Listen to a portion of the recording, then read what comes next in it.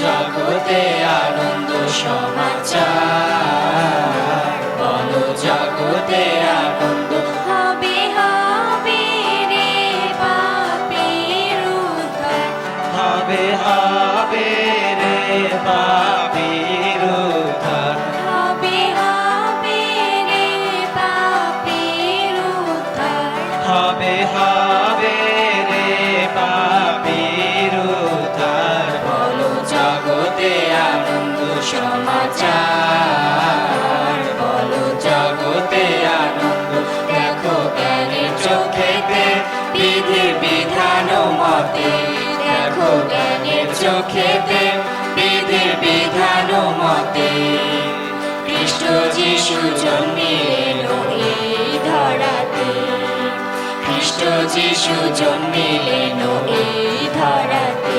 পাপী তরে যাবে কৃপায় তার, পাপী তরে যাবে কৃপায় তার, পাপী তরে যাবে কৃপায় তার। পাপী তরে যাবে কৃপায় তার, বলো জগতে আনন্দ সমাচার, বলো জগতে আনন্দ। স্বর্গদূতেরা সব গায় অতি মধুর ভাষা, স্বর্গদূতেরা সব গায় অতি মধুর ভাষা।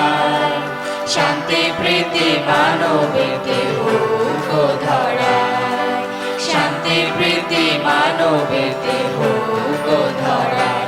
বাধু পরস্পরে প্রেমে তার, বাধো পরস্পরে প্রেমে তার, বাধু পরস্পরে প্রেমে তার। বাধো পরস্পরে প্রেমে তার, বলো জগতে আনন্দ সমাচার, বলো জগতে আনন্দ। মেরি জননীর কোলে এক ক্ষুদ্র গোশালে, মেরি জননীর কোলে এক ক্ষুদ্র গোশালে। যাব পাত্রে সে শিশু আশ্রয় নিলে, যাব পাত্রে সে শিশু আশ্রয় নিলে। জগৎ ভেসে গেল কৃপায় তার, জগৎ ভেসে গেল কৃপায় তার, জগৎ ভেসে গেল কৃপায় তার। জগৎ ভেসে গেল কৃপায় তার, বলো জগতে আনন্দ সমাচার, বলো জগতে আনন্দ। পাপীকে কোথায় আছো কাছে তার ছুটে এসো, পাপীকে কোথায় আছো কাছে তার ছুটে এসো। হিংসা দেশ ভুলে গিয়ে তার চরণে বসো, হিংসা দেশ ভুলে গিয়ে তার চরণে বসো। হোক প্রেমে প্রেমে একাকার, হোক প্রেমে প্রেমে একাকার, হোক প্রেমে প্রেমে একাকার। হোক প্রেমে প্রেমে একাকার, বলো জগতে আনন্দ সমাচার, বলো জগতে আনন্দ।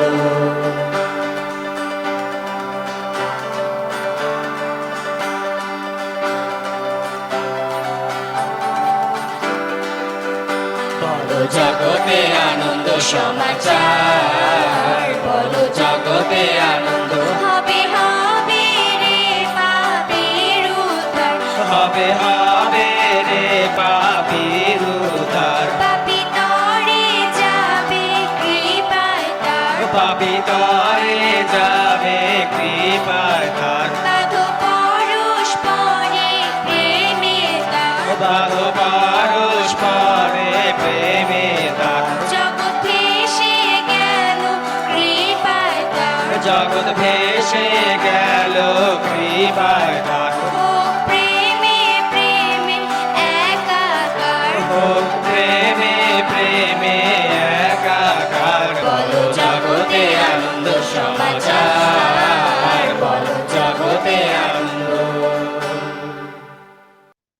নমস্কার, আপনাদের সকলকে জানাই বছরের শেষ পবিত্র বিশ্রাম দিনের প্রীতি এবং শুভেচ্ছা। ঈশ্বরকে ধন্যবাদ দিই যে তিনি আমাদের সমস্ত বছরটি সুন্দরভাবে বহন করে আজকে আবার একটি সুযোগ দিয়েছেন যেন আমরা সকলে তার সামনে আসতে পারি, তার আরাধনা এবং তার উপাসনা করতে পারি। আমাদের ঈশ্বর কত মহান, কত গৌরবময়, তিনি আমাদের কত ভালোবাসেন। আমাদের তিনি একটি সুযোগ দিয়েছেন আবার যেন আমরা তার বাক্যের প্রতি আমাদের মনোযোগ আনতে পারি। তবে তার বাক্যর প্রতি আমাদের মনোনিবেশ করার আগে আসুন একটি ছোট্ট প্রার্থনা। করুণাময় পিতা ঈশ্বর, আমরা তোমাকে ধন্যবাদ দিই যে বছরের ৩৬৫টি দিন তুমি আমাদের সুন্দরভাবে রক্ষা করেছো, বহন করে নিয়ে এসেছো এবং আজকে একটি সুযোগ দিয়েছো যেন আমরা আবার তোমার চরণতলে আসতে পারি। ধন্যবাদ দিই তোমার বাক্যের জন্য, ধন্যবাদ দিই তোমার সকল আশীর্বাদের জন্য। এবং এখন যখন আমরা কিছু সময় তোমার বাক্যের প্রতি মনোযোগ দেব, প্রার্থনা করি তোমার বাক্য দিয়ে তুমি আমাদের সকলের সাথে কথা বলো, সকলকে আশীর্বাদ করো। প্রার্থনা আমাদের প্রিয় প্রভু যীশু খ্রিস্টের নামে চাই, দয়া করে শ্রবণ এবং গ্রাহ্য করো। আমেন।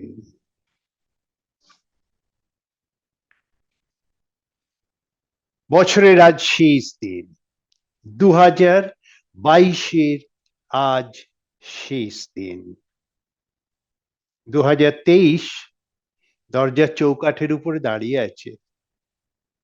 আজকের দিনটি সূর্যাস্তের সাথে সাথে 2022 হয়ে যাবে অতীত। আমি সূর্যাস্তের সাথে সাথে বললাম, তার কারণ হচ্ছে বাইবেলের আদি পুস্তকে প্রথম অধ্যায়টা পড়লেই বুঝতে পারবেন যে ঈশ্বরের হিসাবে, সৃষ্টির হিসাবে সূর্যাস্তের পরেই নতুন দিনের আরম্ভ হয়। রাত 12টার সময় নতুন দিনের আরম্ভটা মানুষের সৃষ্টি, তারা নিজেদের মতন করে এটিকে সাজিয়ে গুছিয়ে নিয়ে তাদের হিসাব করেছেন। কিন্তু পবিত্র শাস্ত্রে দেখলে আমরা দেখব যে সূর্যাস্তের পর থেকেই একটি নতুন দিনের সৃষ্টি হয়। সেটা যাই হোক, যে সময় আপনি ধরুন না কেন, সূর্যাস্তই ধরুন বা রাত 12টাই ধরুন, ঘটনা এইটাই যে 2022 অতীত হতে চলেছে। শত চেষ্টা করেও তাকে ধরে রাখা যাবে না, এটাই বাস্তব সত্য। মানুষের জীবনে 3টি কাল: অতীত, বর্তমান এবং ভবিষ্যৎ। অতীতে ফেরা যায় না, আমরা বর্তমানে আছি এবং ভবিষ্যৎটা অজানা। আমরা কেউই আমাদের ভবিষ্যৎকে জানতে পারি না। 2022 আর কিছু সময়ের মধ্যে অতীত হতে চলেছে এবং সেই অতীতটি হয়তো পুরোপুরি আনন্দের ছিল না, আবার হয়তো পুরোপুরি দুঃখেরও ছিল না। খুব সম্ভবত আমাদের অনেকেরই অনুভূতিটা মিশ্র অনুভূতি। সুখ, দুঃখ, আনন্দ সবকিছু মিলিয়ে মিশিয়ে এই 2022 সালটা শেষ হতে চলেছে। কারোর কাছে হয়তো সুখের অভিজ্ঞতাটা, আনন্দের অভিজ্ঞতাটা অনেক বেশি, আবার কারোর কাছে হয়তো তিক্ত অভিজ্ঞতাটা অনেক বেশি। যে ধরনেরই অভিজ্ঞতা হোক না কেন, 2022 শেষ হতে চলেছে। যেহেতু আমরা ভবিষ্যৎ দেখতে পাই না, 2023 কিরকম হবে, আগামী বছরের প্রতিটি দিন, প্রতিটি মাস কিভাবে কাটবে, অবশ্যই যখন কারোর সাথে দেখা হবে আমরা তাদের বলবো শুভ নববর্ষ, তাই না? স্বভাব হয়ে গেছে বলা শুভ নববর্ষ। এবং আমরা সকলেই কিন্তু চাই যে আগামী বছরটি, আগামী দিনগুলি, আগামী সপ্তাহগুলি,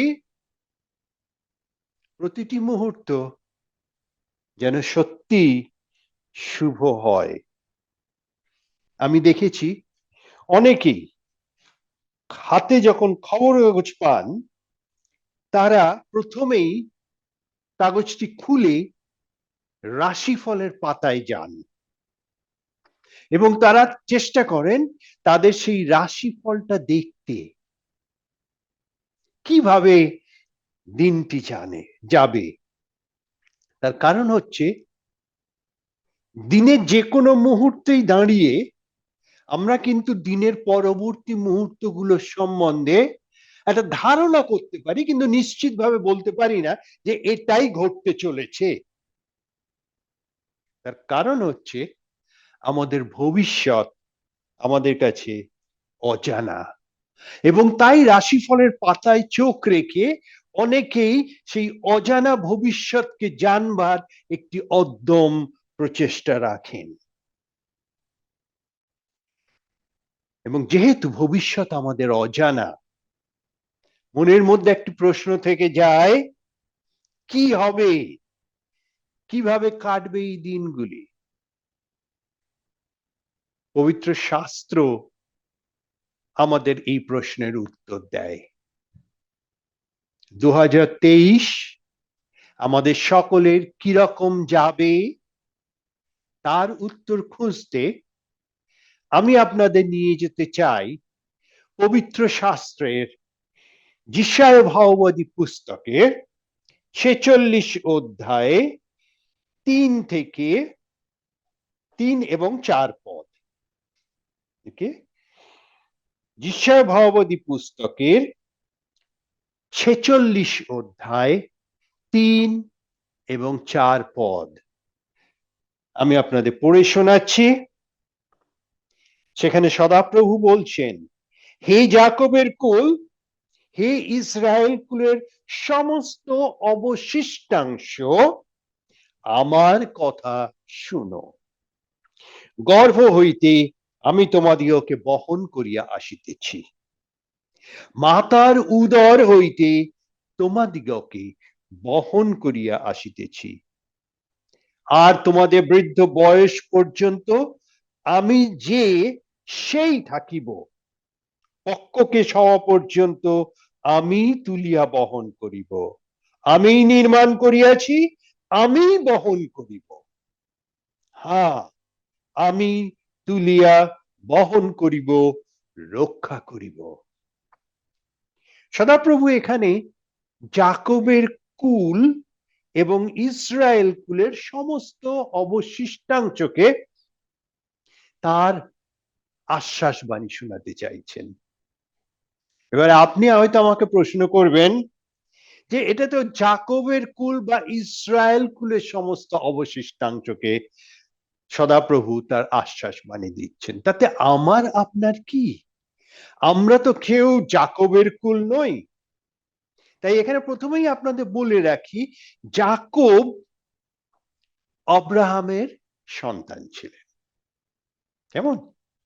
যাকব আব্রাহামের সন্তান ছিলেন এবং আব্রাহাম থেকেই ইসরায়েল জাতি উৎপত্তি হয়।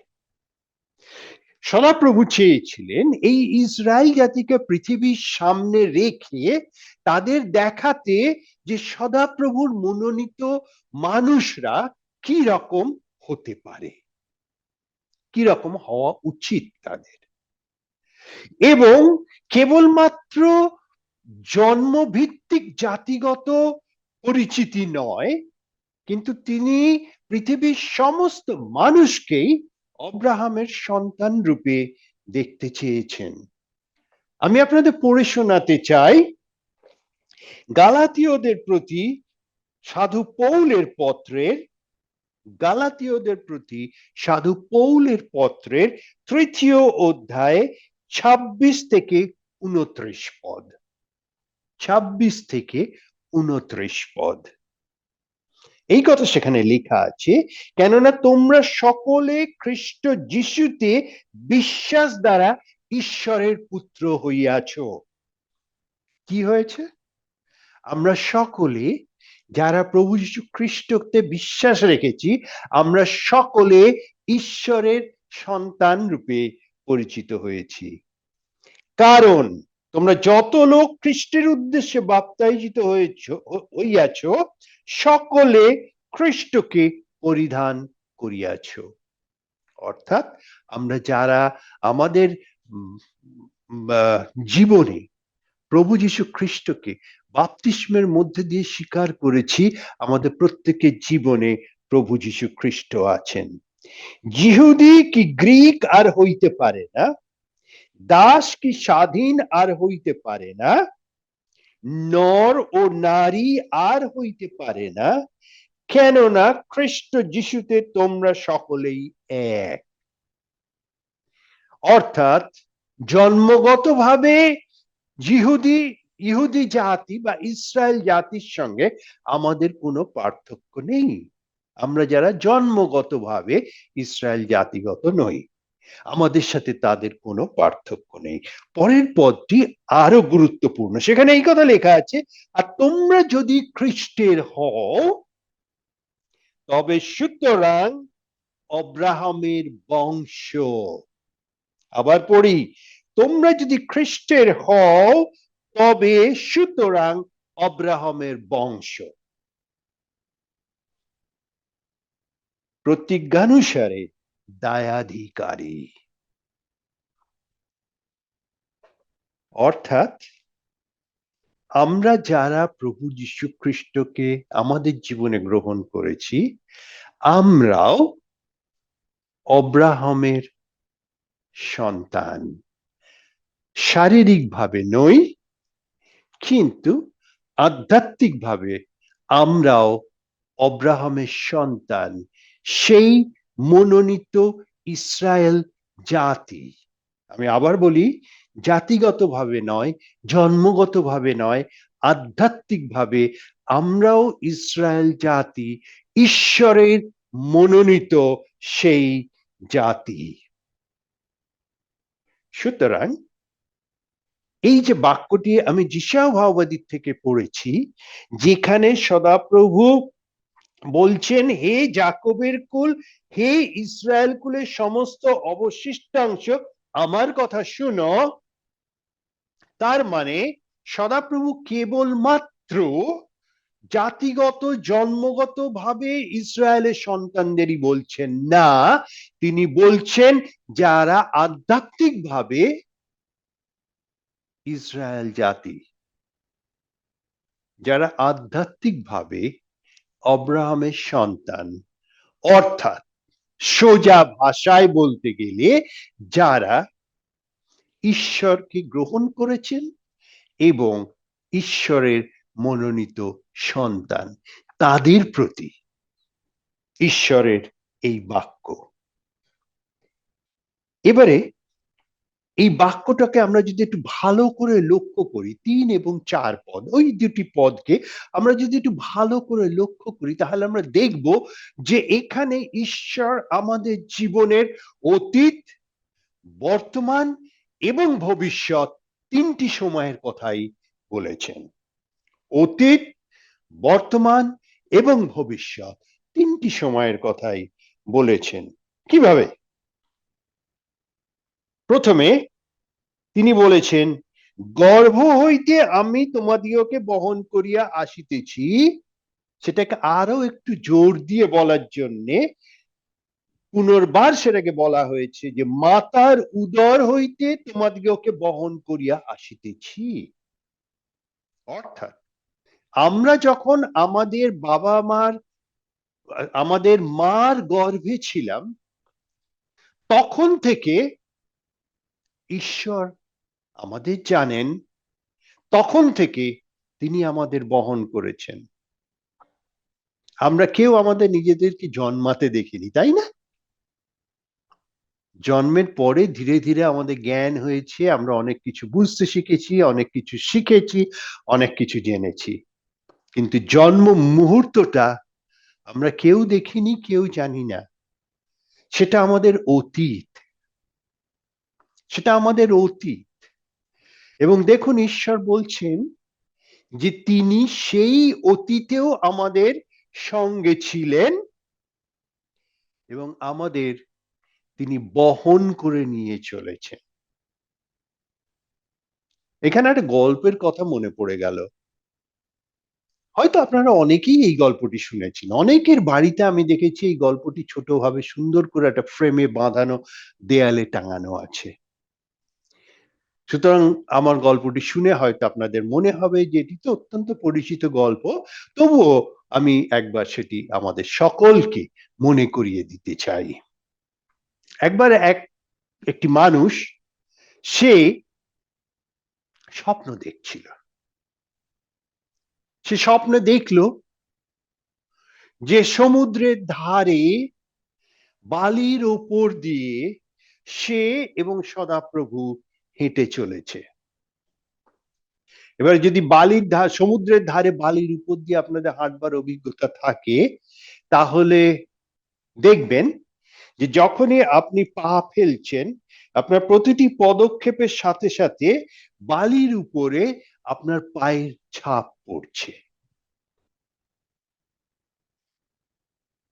মানুষটি দেখলেন যে, এবং সেই সময় আকাশে তার জীবনের বিভিন্ন ঘটনা দেখা যাচ্ছে। মনে হচ্ছে যেন আকাশের গায়ে একটা সিনেমা হচ্ছে, তার জীবনের অনেক কিছু, আগের ঘটনা, পুরনো অতীতের ঘটনা, বর্তমান, এগুলো সব দেখানো হচ্ছে। লোকটি আরো লক্ষ্য করলেন যে তারা যখন বালির ওপর দিয়ে চলছেন এবং আকাশের গায়ে সিনেমার মতন তার জীবনের ঘটনাগুলো দেখা যাচ্ছে, সেই সময় যখন জীবনের আনন্দের সময়, ভালো সময়, তখন ওই বালির উপরে দু জোড়া পায়ের ছাপ দেখা যাচ্ছে। মানুষটি বুঝতে পারলেন যে ঈশ্বর তার সঙ্গে সঙ্গে তার পাশে পাশে হেঁটে চলেছেন। কিন্তু আশ্চর্যের সঙ্গে লক্ষ্য করলেন যে যখন দেখা যাচ্ছে যে জীবনের অত্যন্ত কঠিন সময়, ঝড় ঝঞ্ঝার সময়ে, তখন কিন্তু বালির উপরে আর দু জোড়া পায়ের ছাপ দেখা যাচ্ছে না, এক জোড়া পায়ের ছাপ দেখা যাচ্ছে। সেই ব্যক্তিটি অত্যন্ত ক্ষুব্ধ হলেন, হয়ে ঈশ্বরকে বললেন, ঈশ্বর, তুমি কিরকম ঈশ্বর, তুমি কিরকম সদাপ্রভু? যখন আমার জীবনে ভালো ঘটনা ঘটছে, যখন আমি আনন্দের মধ্যে ছিলাম, তখন তুমি আমার পাশে পাশে হেঁটেছো, কিন্তু যখন আমার জীবনে সংকট এসেছে, তখন তো তোমার দেখা নেই। ঈশ্বর বললেন, তুমি কিসের থেকে জানতে পারলে যে তখন আমি তোমার সঙ্গে নেই? লোকটি বললেন, কেন? খুব সহজ তো, বালির উপরে দু জোড়ার বদলে এক জোড়া পায়ের ছাপ দেখা যাচ্ছে। ঈশ্বর তখন তাকে প্রশ্ন করলেন, ওই এক জোড়া পায়ের ছাপ যে তোমারই, সেটা তুমি কিভাবে নিশ্চিত হলে? লোকটি নিশ্চিত হওয়ার কোনো উপায় ছিল না, এবং তখন ঈশ্বর তাকে বললেন যে ওই যে এক জোড়া পায়ের ছাপ তুমি দেখছো, সেটা কিন্তু আমার। ওই সময় তোমার যখন অসুবিধা ছিল, সংকট ছিল, সেই সময় আমি তোমাকে দু হাতে আমার কোলে তুলে নিয়েছিলাম। দেখুন, এখানে তিনি বলছেন, গর্ভ হইতে আমি তোমাদিগকে বহন করিয়া আসিতেছি, মাতার উদর হইতে তোমাদিগকে বহন করিয়া আসিতেছি। তিনি বললেন, আমি তোমাকে দু হাতে তুলে নিয়েছিলাম, আর তোমাকে দু হাতে তুলে নিলে বালির ওপরে কি তোমার পায়ের ছাপ দেখা যাবে? লোকটি অত্যন্ত লজ্জিত হয়ে ঈশ্বরের কাছে ক্ষমা প্রার্থনা করলেন।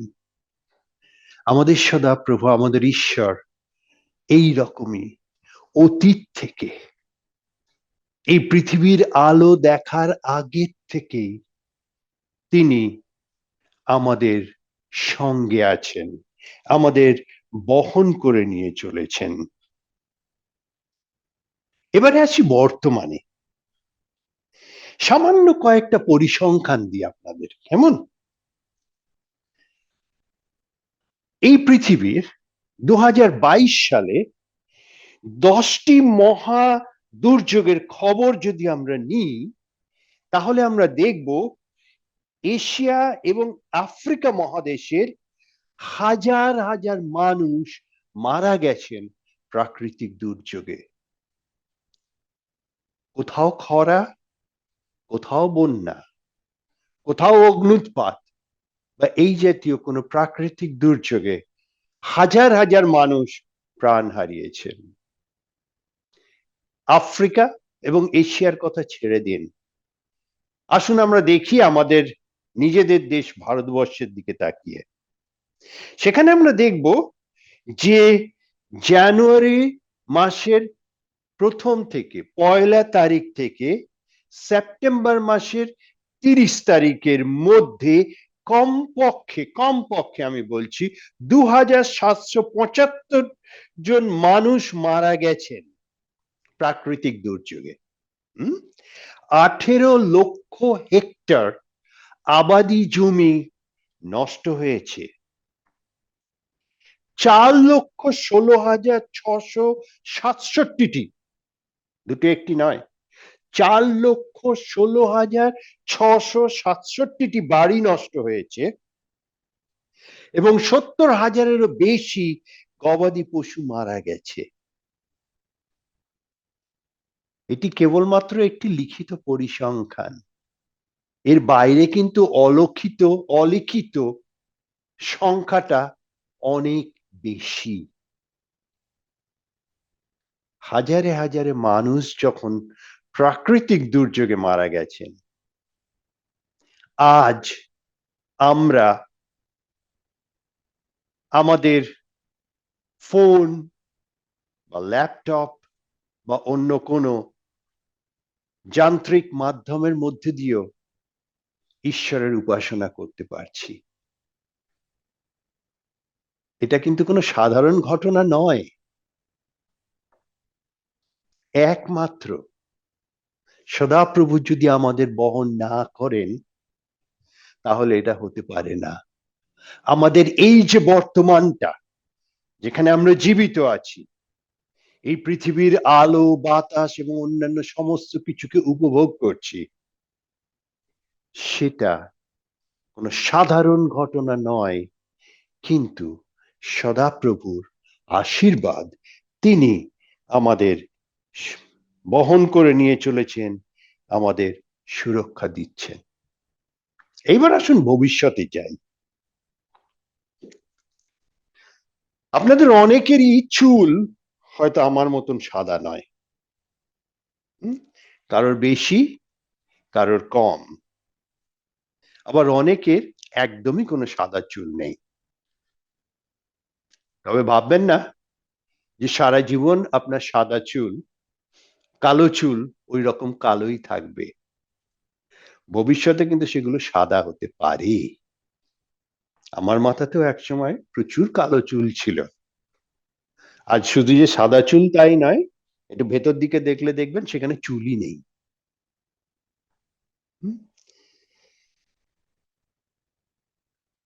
প্রভুর বাক্য আমাদের একটা কথা বলছে, আর তোমাদের বৃদ্ধ বয়স পর্যন্ত আমি যে সেই থাকিব। অর্থাৎ যে সদাপ্রভু আমাদের অতীতে বহন করে নিয়ে এসেছেন, সুরক্ষা দিয়েছেন, যে সদাপ্রভু আমাদের বর্তমানে বহন করে নিয়ে চলেছেন এবং সুরক্ষা দিচ্ছেন, সেই সদাপ্রভু তিনি আমাদের ভবিষ্যতেও বহন করে নিয়ে যাবেন এবং আমাদের সুরক্ষা দেবেন। আমাদের উদ্বিগ্ন হওয়ার কোনো কারণ নেই। আমেরিকার পেন স্টেট ইউনিভার্সিটি গবেষণা করে দেখেছেন যে মানুষের জীবনের মাত্র 8% উদ্বেগ সত্যি হয়। আমরা আমাদের বর্তমান নিয়ে কিন্তু উদ্বিগ্ন হই না। অতীত তো কিছু করতেই পারি না, যা হয়ে গেছে হয়ে গেছে। সেটাকে আর ফেরত পাওয়া যায় না, আর নতুন করে তৈরি করা যায় না। আমরা সাধারণত উদ্বিগ্ন হই আমাদের ভবিষ্যতের জন্য, যে জিনিসটাকে আমরা জানি না, যেটাকে আমরা দেখতে পাচ্ছি না, আমরা সেইটাকে নিয়ে উদ্বিগ্ন হই। এবং গবেষণা কি বলছে? গবেষণা বলছে যে মাত্র 8%, অর্থাৎ আমরা যদি 100টা বিষয় নিয়ে উদ্বিগ্ন হই, তার মধ্যে মাত্র 8টা বিষয় হয়তো সত্যি ঘটতে পারে, বাদবাকি 92টা কিন্তু ঘটে না। অথচ আমাদের জীবনের অনেকটা সময় আমরা উদ্বিগ্ন হয়েই কাটিয়ে দিই, এবং সেই উদ্বেগ থেকে কি হয়? আমরা ক্লান্ত, শ্রান্ত, ভারাক্রান্ত হয়ে উঠি। এবং সেই জন্যই প্রভু যীশু খ্রিস্ট বলেছেন, তোমরা যারা শ্রান্ত, ক্লান্ত ও ভারাক্রান্ত মানুষ, তোমরা আমার কাছে এসো, আমি তোমাদের বিশ্রাম দেব। কারণ আমাদের জীবনের প্রতিটি বছর, প্রতিটি মুহূর্ত, প্রতিটি দিন সদাপ্রভুর হাতে। তিনি আমাদের সুরক্ষা দিচ্ছেন। তিনি একথা বলছেন না যে আমাদের জীবনে কোনো সংকট আসবে না, কিন্তু তার প্রতিজ্ঞা এই যে সংকটের সময়ও তিনি আমাদের সঙ্গে থাকবেন। এবং সেই জন্যই আমরা রাজা দাউদের লেখা গীত সংহিতা 23 অধ্যায়ে 4 পদে এই কথা পড়ি, যেখানে রাজা দাউদ বলছেন, যদিও আমি মৃত্যুর ছায়ার উপত্যকা দিয়া গমন করিব, তবুও অমঙ্গলের ভয় করিব না। যদিও আমি মৃত্যুর ছায়ার উপত্যকা দিয়া গমন করিব, অর্থাৎ রাজা দাউদ তিনি আশা করছেন হয়তো ভবিষ্যতে কোনো সময়ে তাকে মৃত্যুর ছায়ার উপত্যকা দিয়ে যেতে হতে পারে। জীবনের সংকট আসতে পারে, অর্থনৈতিক সংকট হতে পারে, শারীরিক সংকট হতে পারে, কোনো পারিবারিক সমস্যার সংকট হতে পারে, চাকরি ক্ষেত্রে সমস্যা হতে পারে। আমাদের জীবনে সমস্যার শেষ নেই, গুণে শেষ করতে পারি না আমরা। কিন্তু সেটা যে ধরনেরই সমস্যা হোক না কেন, যে ধরনেরই পরিস্থিতি হোক না কেন, রাজা দাউদের মতন আমরা এই কথা বলতে পারি, তথাপি ভয় করিব না, তথাপি ভয় করিব না, কারণ তুমি আমার সঙ্গে সঙ্গে আছো। তোমার পাঁচনীয় যষ্টি আমাকে সান্ত্বনা করে। বহু বছর আগে আমার মার একটি বড় অপারেশন হয়েছিল। অপারেশনের আগের দিন ডাক্তারবাবু এসে মাকে জিজ্ঞাসা করেছিলেন, মা ভয় লাগছে? মা বলেছিলেন, না, আমার ভয় করছে না। ডাক্তার একটু আশ্চর্য প্রশ্ন করলেন, সে কি, একটা এত বড় অপারেশন, আপনার ভয় করছে না? আমার মা বলেছিলেন, আমার জীবন আমার সদাপ্রভুর হাতে, তিনি রাখলে রাখবেন, তিনি মারলে মারবেন, তার নামের গৌরব হোক। সেই অপারেশনের পরেও বহু বছর মা বেঁচে ছিলেন। যদিও আমি আশা করব না যে আপনি মৃত্যুর ছায়ার উপত্যকা দিয়ে গমন করবেন, তবুও যদি সেরকম কোনো পরিস্থিতির সম্মুখীন আপনি হন এই আগামী 2023 সালে, জানবেন যে সদাপ্রভুর পাঁচনী ও যষ্টি আপনাকে রক্ষা করবেন। তাই শেষ করার আগে পবিত্র শাস্ত্র বাইবেলের যে অংশটি দিয়ে আমি শুরু করেছিলাম, সেই অংশটি আরো একটিবার আপনাদের সকলকে পড়ে শোনাতে চাই। সেখানে লেখা আছে যিশয়া ভাববাদী পুস্তকের 46 অধ্যায় 3 এবং 4 পদ। সেখানে লেখা আছে, হে যাকবের কুল, হে ইসরায়েল কুলের সমস্ত অবশিষ্টাংশ, আমার কথা শুনো। গর্ভ হইতেই আমি তোমাদিওকে বহন করিয়া আসিতেছি, মাতার উদর হইতে তোমাদিওকে বহন করিয়া আসিতেছি। আর তোমাদের বৃদ্ধ বয়স পর্যন্ত আমি যে সেই থাকিব, পক্ষকে সহ পর্যন্ত আমি তুলিয়া বহন করিব। আমি নির্মাণ করিয়াছি, আমি বহন করিব। হ্যাঁ, আমি তুলিয়া বহন করিব, রক্ষা করিব। আসুন আমরা প্রার্থনা করি। পবিত্র মঙ্গলময় ঈশ্বর, আমরা তোমাকে ধন্যবাদ দিই তোমার এই প্রতিজ্ঞার জন্য, যে আমাদের অতীতে যেমন তুমি আমাদের সহায় হয়েছো, আমাদের রক্ষা করেছো, আমাদের বহন করেছো, আমাদের বর্তমানে এবং ভবিষ্যতে তুমি সেইভাবে আমাদের বহন করবে, রক্ষা করবে। হয়তো জীবনে সমস্যা আসবে, সংকট আসবে, কিন্তু সেই সমস্ত সংকট এবং সেই সমস্ত সমস্যার মধ্যে দিয়ে তুমি আমাদের রক্ষা করে নিয়ে যাবে, এই বিশ্বাস আমাদের আছে। তাই প্রভু, 2023-এর প্রতিটি দিন, 365টি দিন এই সময় আমরা তোমার হাতে সমর্পণ করে দিলাম। তুমি গ্রহণ করো, তুমি আমাদের সঙ্গে সঙ্গে থাকো। তোমার পাঁচনী ও তোমার যষ্টি আমাদের সান্ত্বনা করুক। প্রভু যীশু খ্রিস্টের নামে চাই, দয়া করে শ্রবণ এবং গ্রাহ্য করো। আমেন।